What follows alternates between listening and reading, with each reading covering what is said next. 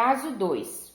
Conversando com um empresário em dificuldades, ele se abriu e me contou o porquê de todas as suas dificuldades financeiras. Ele disse em tom de vitimização e também de impotência: esse país quebra qualquer um. Um dia o dólar está alto, outro está baixo. Fiz uma importação porque o dólar estava baixo e agora ele subiu 40%. Como vou pagar isso? Estou pedindo dinheiro emprestado a juros altíssimos, sem contar que tenho mercadoria parada nos portos há mais de 2 meses. E o pior é a operação tartaruga que temos nos órgãos fiscalizadores.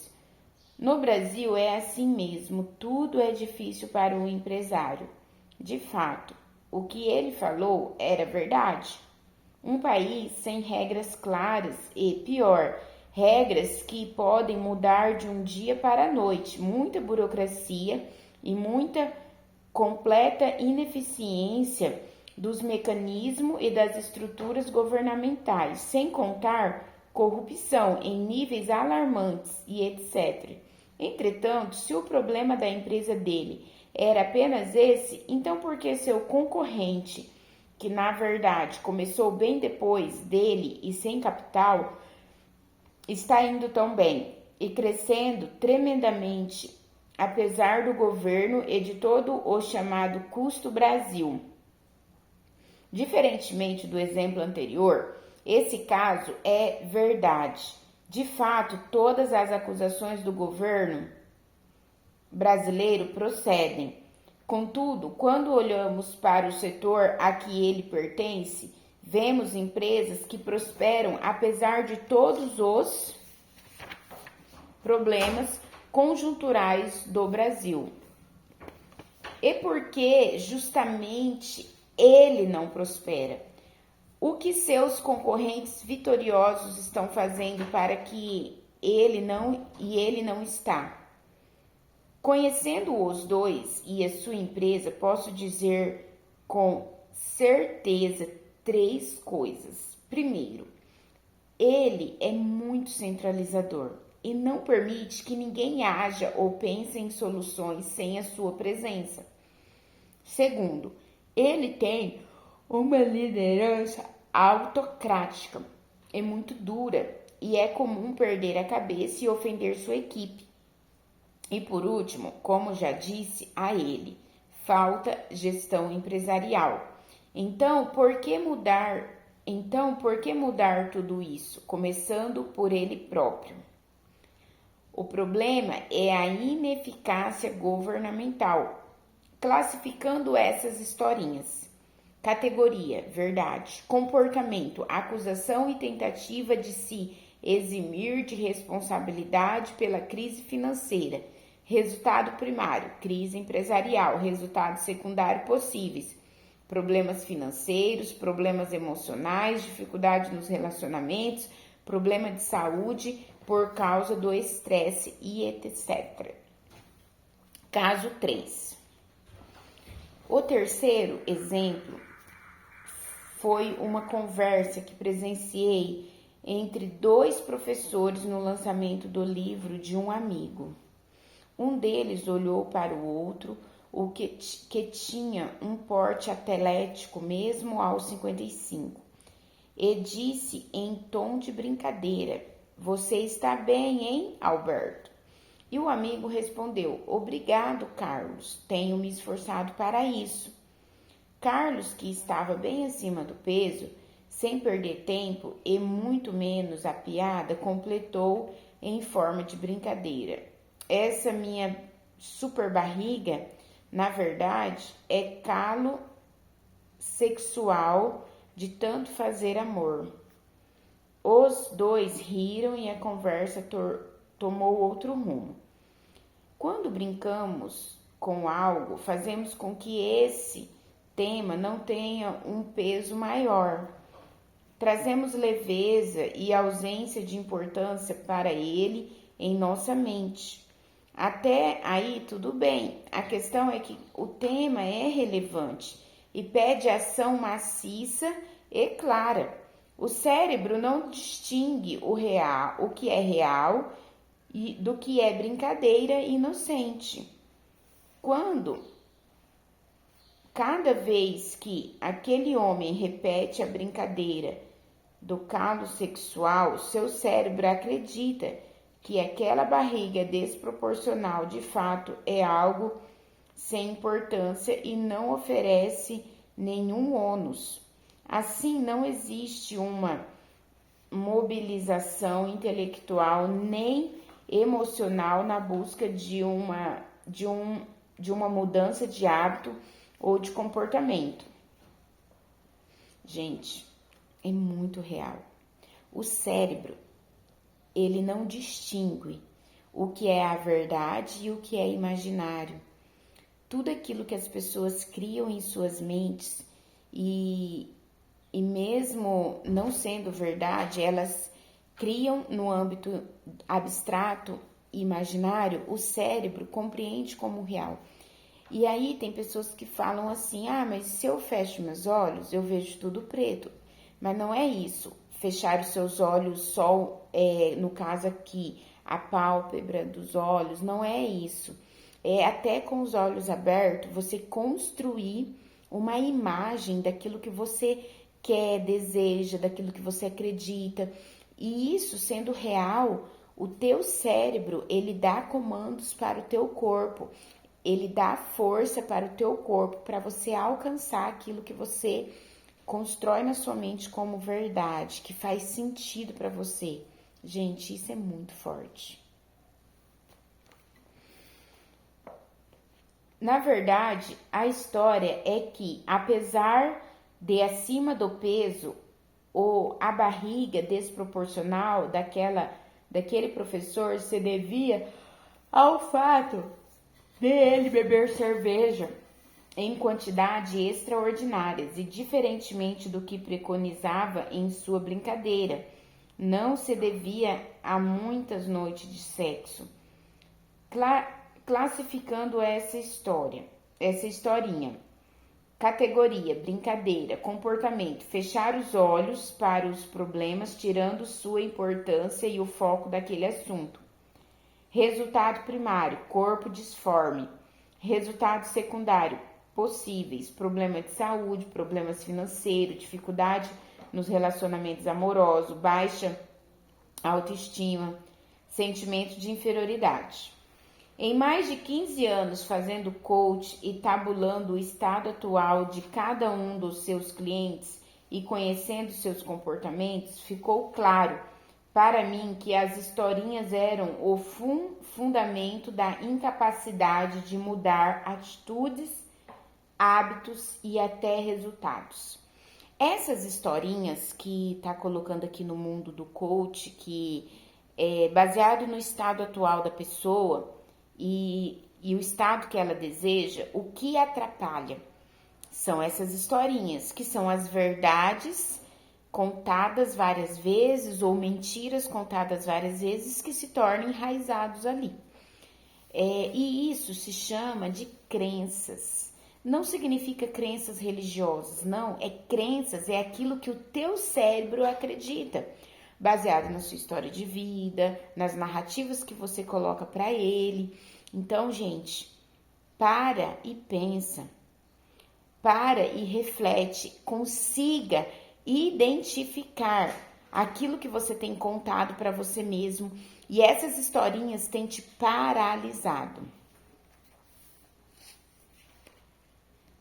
Em outras palavras, a contação dessas historinhas tornava meus clientes incapazes de promover qualquer tipo de mudança na direção dos seus objetivos.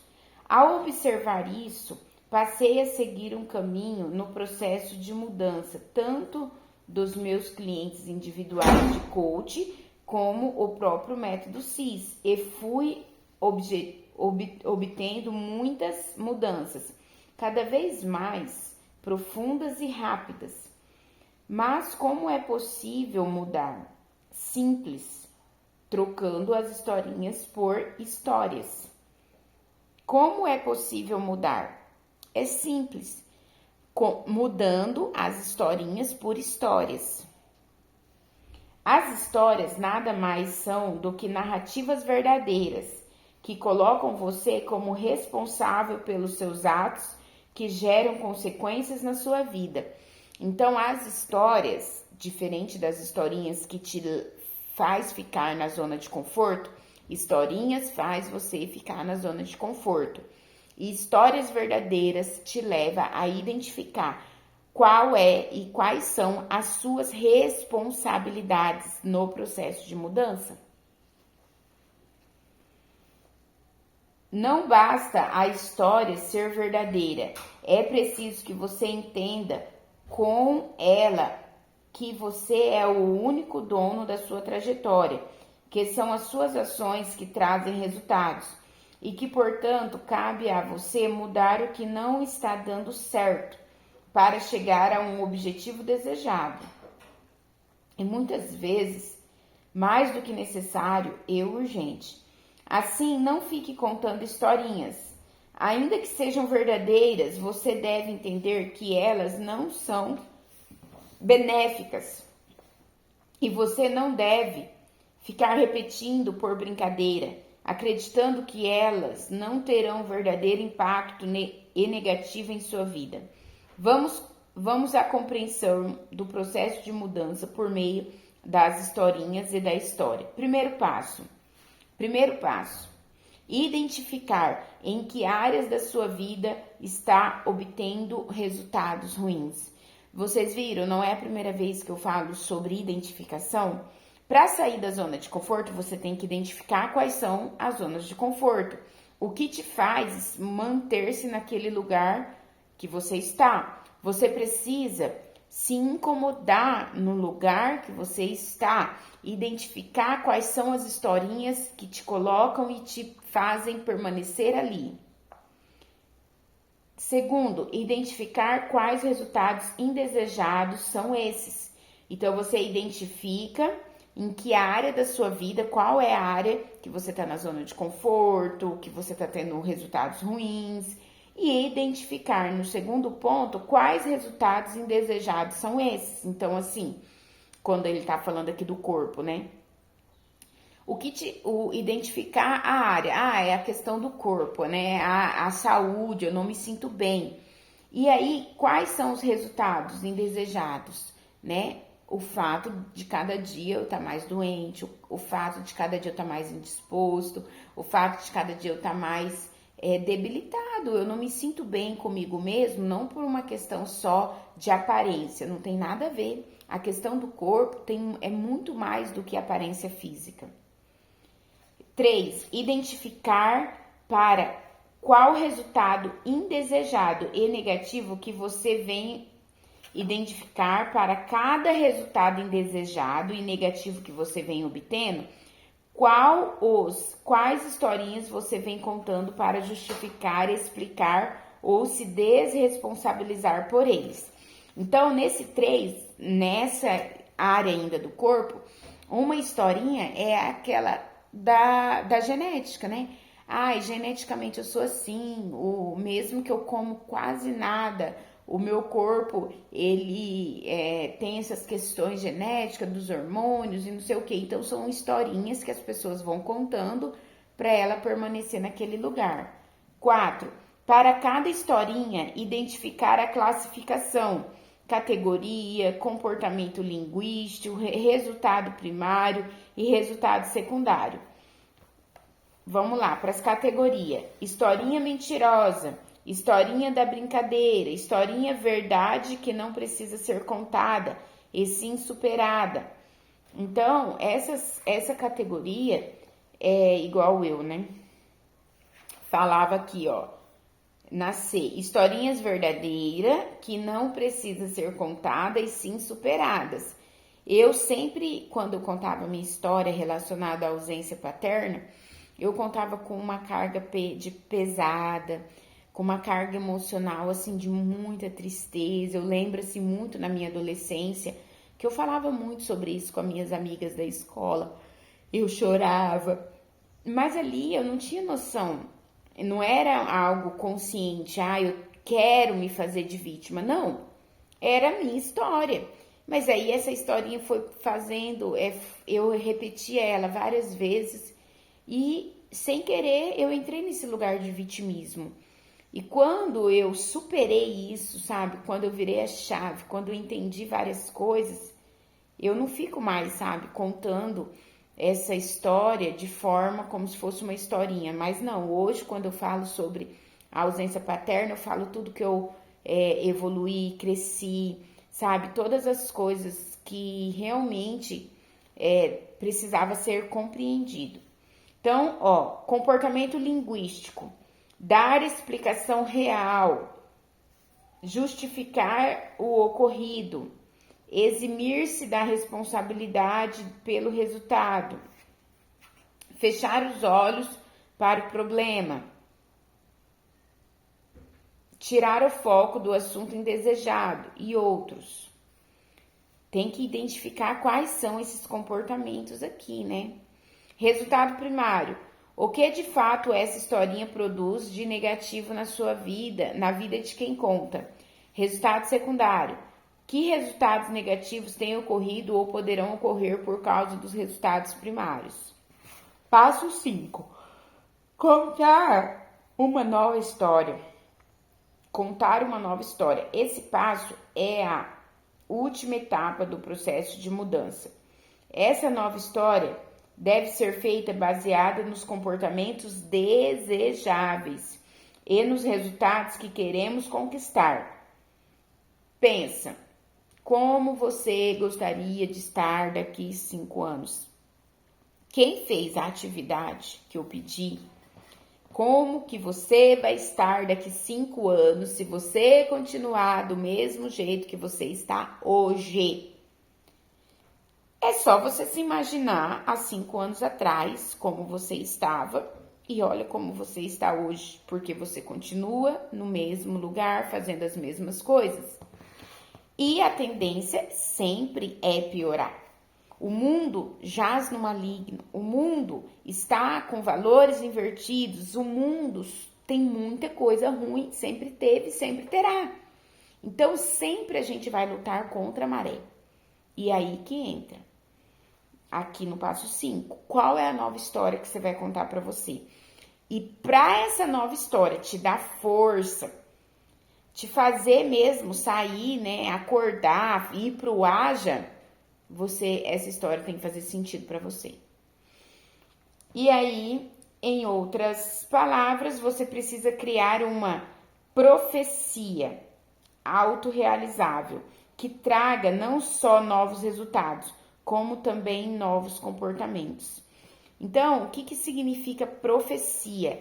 Na Bíblia fala muito sobre, profetizar sobre algo que irá acontecer. Então, existia, né, no Velho Testamento muitas profecias que iriam acontecer, Jesus veio e realizou. Então, a profecia é você declarar sobre o seu futuro, é você construir algo autorrealizável. E quando fala esse autorrealizável, há uma autorresponsabilização. Vamos usar os 3 exemplos anteriores para exemplificar o 5º passo. O meu ex-parceiro de negócios, que não parava de engordar, deveria deixar de contar a historinha destruidora que dizia que ele comia pouco e engordava por causa do metabolismo. Olha que interessante, eu já falei para vocês, né, que eu não li o livro ainda, eu tô lendo. Eu já vi várias palestras, já fui no Método CIS, possivelmente o conteúdo do livro eu já devo ter ouvido em várias palestras, algumas coisas. Mas assim, eu peguei o passo 5, já comecei a pensar com vocês qual seria a historinha. E aqui realmente é a historinha que ele tá falando, né? Da questão do metabolismo. Tem coisa, gente, que é muito óbvia. É tão óbvia, mas que a pessoa não enxerga. Não enxerga. Por que você está aí, aonde você está hoje? Por que você continua fazendo o que você faz? A resposta está dentro de você.